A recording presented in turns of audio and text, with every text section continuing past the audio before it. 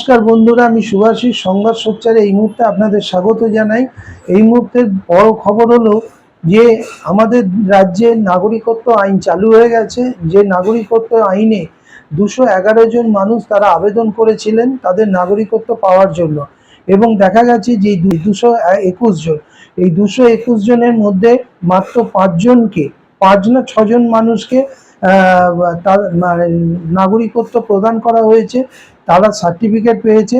27 তারিখে তাদের হিয়ারিং হয়েছিল, 29 তারিখে তাদের হাতে সার্টিফিকেট তুলে দেওয়া হয়েছে।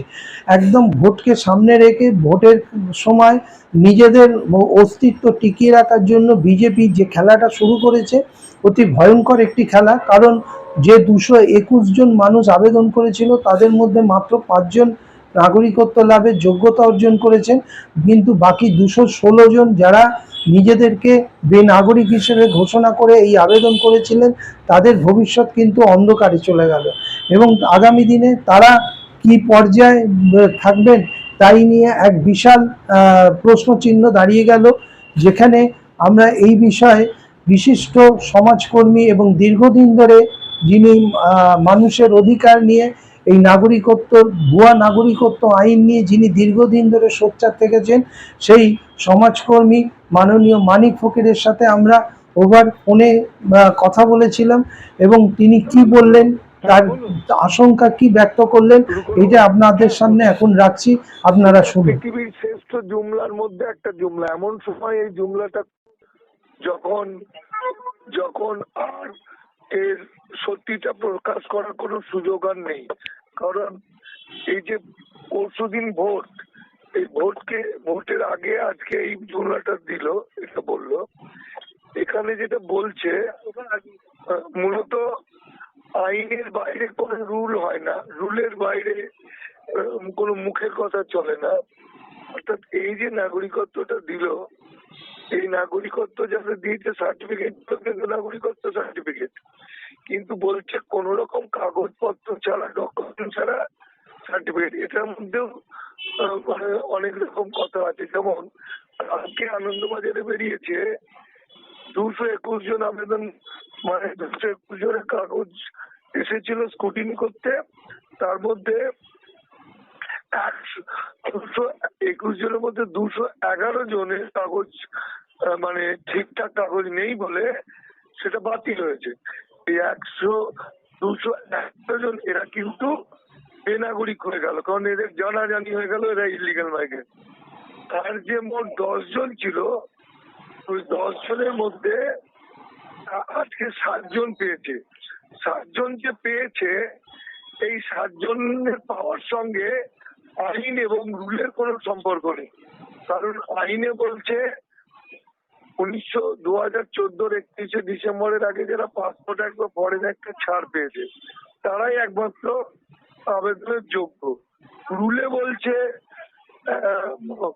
2014 আগে যারা পাসপোর্ট অ্যাক্ট ফরেন অ্যাক্টে ছাড় পেয়েছে তারাই যোগ্য।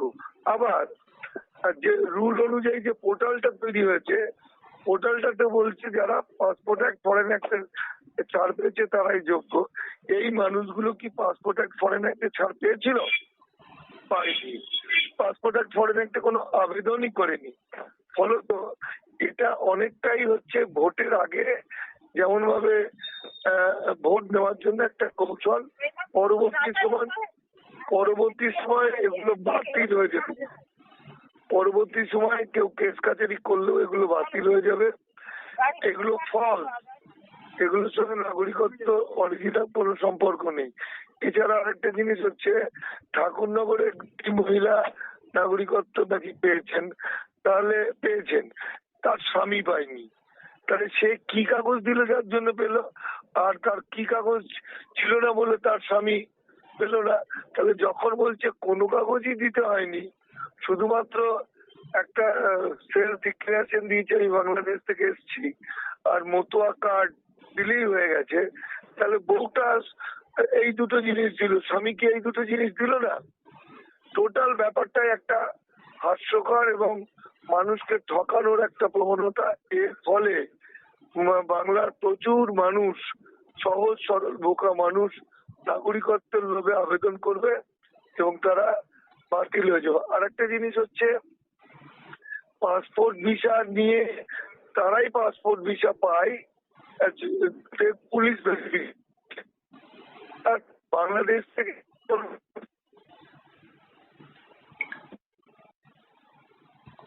হ্যালো হ্যালো আছে, তারপরে ভারত সরকারকে আবেদন করতে আমাকে আশ্রয় দাও, আমি ধর্মীয় নির্যাতনের কারণে এসেছি, আমি অমুক দেশে এসেছি ইত্যাদি কারণে। কিন্তু এই মানুষগুলো লুকিয়ে লুকিয়ে চলে এসেছে কাঁটাতার পেরিয়ে। সেই মানুষটা তো উপরে ডাকাতি করেও আসতে পারে, মানুষ খুন করেও আসতে পারে, ব্যাংক জালিয়াতি করেও আসতে পারে, যে কোনো রকম ভাবেই তো আসতে পারে। তাহলে সেইভাবে এলেই সে নাগরিকত্ব পেয়ে গেল। এই টোটাল ব্যাপারটা একটা ধোঁয়াশা, হাস্যকর এবং ভয়ঙ্কর বিষয়। যেটা হচ্ছে, বহু মানুষ এখন মনে করেছে সত্যি সত্যি তাহলে আমরা নাগরিকত্ব পাচ্ছি। এই যে 7 জন নাগরিকত্ব পেয়েছে, এইটা প্লাস হচ্ছে, কিন্তু 221 জনের মধ্যে যে ম্যাক্সিমাম জনের 211 জনের বাতিল হয়ে গেল, তারা যে বেনাগরিক প্রতিষ্ঠিত হয়ে গেল, তারা যে ইলিগাল মাইগ্রেন্ট প্রমাণিত হলো, তাদের যে ভোটার কার্ড, আধার কার্ড, পাসপোর্ট সব বাতিল হয়ে যাবে, সেটা নিয়ে কোনো প্রচার হচ্ছে না, সেটা নিয়ে মানুষ ভাবিত নয়। ফলত মানুষ বাঙালি জাতি ধ্বংসের পথে। বিজেপি, শুভেন্দু অধিকারী, নরেন্দ্র মোদীরা যেভাবেই হোক বাঙালি জাতিকে শেষ করবে। এবং এমন সময় এই মিথ্যা এবং জুমলাটা সে প্রচার করলো, যখন আর আমাদের পক্ষে প্রচার করা বা সত্যিটা মানুষকে জানানোর সুযোগ থাকলো না। যেটা আপনাদের মতো সোশ্যাল মিডিয়ায় 2-4 জন যদি জানে, তাদের লেখাপড়া জানা বা যে চিন্তা ভাবনা করা মানুষ বুঝবে যে এইভাবে আর একটা জিনিস, এইভাবে কোনো নাগরিকত্ব আইন হয় না। আর একটা জিনিস ভাবুন, ও 27 তারিখে স্কুটিনি হয়েছে আর 29 তারিখে নাগরিকত্ব পেয়েছে, 2 দিনের মধ্যে। মানে মানে অবাক কাণ্ড।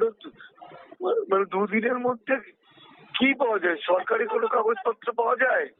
সরকারি কোনো ডকুমেন্ট, কোনো কোনো প্যান কার্ডটা পর্যন্ত পাওয়া যায় না, রেশন কার্ড পর্যন্ত পাওয়া যায় না, মৃত্যু সার্টিফিকেট পর্যন্ত 2 দিনে পাওয়া যায় না। এরা 2 দিনে এইরকম একটা বিরাট বড় সাবজেক্ট নাগরিকত্ব দিয়ে দিচ্ছে। তাহলে তো নাগরিকত্ব আন্দোলনের কোনো প্রয়োজন ছিল না।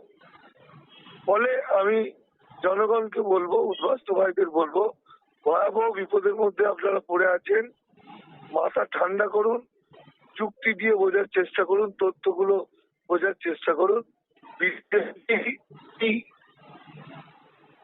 অসংখ্য মানুষ অ্যাপ্লাই করি তাদের